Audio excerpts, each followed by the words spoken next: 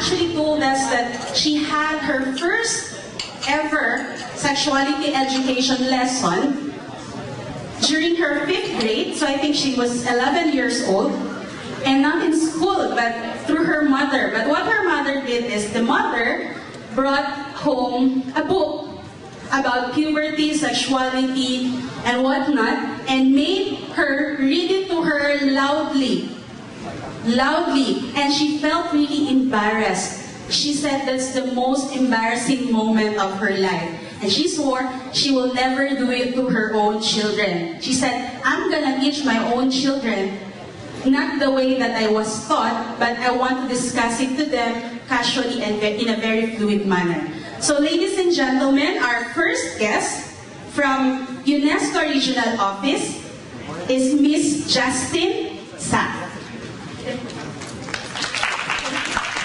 Hi, Justine. Our second guest is actually, you can imagine your life during your younger years. Your father is out of the country, working hard, giving all that he can do so that he can provide for the family.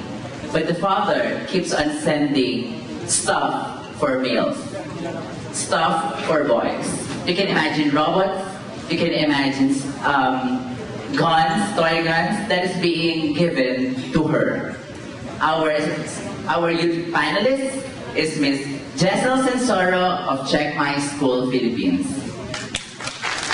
Give them a round of applause.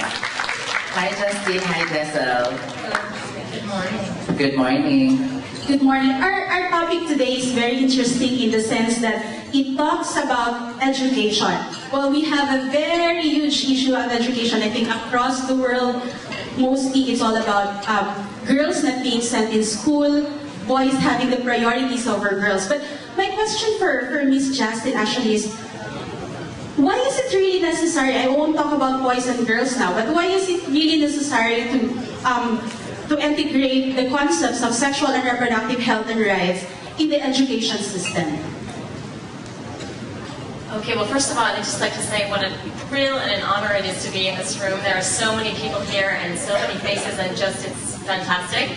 I turned 40 this year, which effectively ages me out of the definition of young people in all countries in this region and possibly globally. If any of you come from a country that includes 40-year-olds, please raise your hand. Still a young person. 40-year-old is a young person. Which country? I'm migrating to that country. I'm going to come talk to you later. Anyway, in answer to your question, why is education important for improved sexual and reproductive health outcomes? Is that right? Okay, for so many reasons. We've got such a rich evidence base now on the role of education on delayed marriage, on delayed childbearing, on particularly education that integrates issues of gender and social norms, on improved masculinity, issues with masculinities, issues with femininities, issues with changing some of the social norms and cultural norms that are oppressive for both girls and boys. So I think there's a lot out there on why it's important. Particularly if we look at comprehensive sexuality education, there's a growing evidence base on that as well in terms of the impacts on delayed pregnancy, again, on sexual and reproductive health outcomes, including STIs. So I think we need to be doing more in the area of comprehensive sexuality education in the region. Some of the research that we've done recently has also indicated huge gaps for particular populations. So for example, the curriculum that we have, while it's a huge step forward, is often very heteronormative and ignores the needs of lesbian, gay, bisexual, and transgender youth. Similarly, we've also done some research which is also showing that adolescents who live with HIV are totally left out. It's like they don't have a future, and their needs are not at all being addressed through these programs. So those are a few things, areas of improvement I think that we need to make.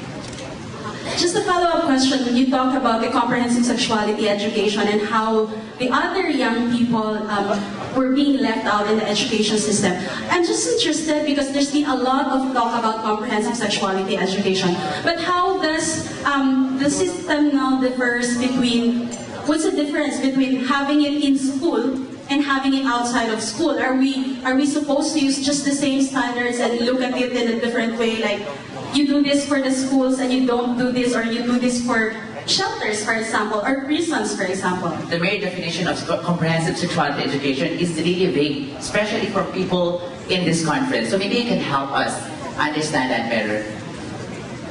Okay, so comprehensive sexuality education is looking at age-appropriate information for young people on issues that affect them, including sexuality, sexual and reproductive health, relationships, negotiation skills. It's not just about information delivery, it's about building skills, building values, enabling young people to make healthy and happy choices about their sexual and reproductive lives. And to answer your question about school or out of school, both are critically important. I think you can actually use that, especially when you talk to the people outside the ICC. Whenever they think of comprehensive sexuality education, they already think that it's giving the young people the different positions, teaching them how to do it, making them be more pervert and experience sex at an early age. I think that's very important for them to know. I hope you're watching. So, Jecel, for me, I'm interested about Checkmyschool, and at your age, I know for sure you have been given different awards because of that. Can you tell us briefly about Checkmyschool, and for you, what are the important roles do young people play in terms of making sure that young people are at the heart of education reform? Okay, so first things first, thank you for having me here, and then welcome to the Philippines for some who are for you for the first time or even for the end time. So, the first things, Checkmyschool, what we do is we try to improve the public education services. So meaning textbooks, toilets, t-shirts, so your basic services. We make sure that it's there in the public schools. So having said that, so what we do is we provide the people with access to those information. So what are the available services in the school? And then we provide the people a platform for sending feedback. So we have social media, we have SMS, and a website wherein even young people can just say, we don't have enough textbooks or t-shirts. And then of course, we forward all those feedback to the government and to say private sector who can respond to that issue of, say for example, lack of textbooks. So for them to respond. So it's a whole cycle of a feedback loop. Now, relating this to the question of how does this how does this relate to the reproductive health or sexuality discussion is that if you have actually provided these services, say for example, we were in a discussion. So if we follow the standards of a toilet in a classroom, so a classroom should have a toilet, and that toilet doesn't have a label of either a male or a female.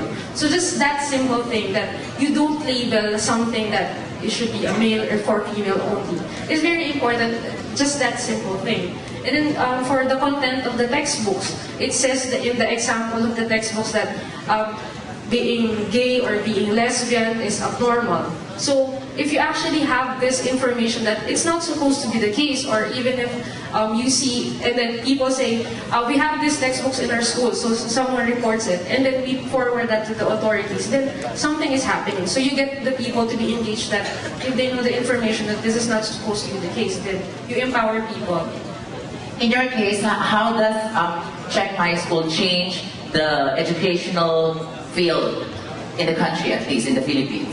Well, at the basic, we try to solve issues. That's the basic one, like providing enough textbooks, providing enough teachers. So that's the first thing that we do. The second one is we provide people with a platform wherein they can voice out their issues. So say, other than reporting this normal like lack of things, you also empower them to really speak up what they feel. It's very important right now because this is the generation, the youth, this is the generation where people are very into technology, and you can use that to leverage this technology for them to really voice out through SMS and those stuff. And then lastly, you have a very what you call this fluid globalization, wherein you can engage even non-Filipinos in the discussion.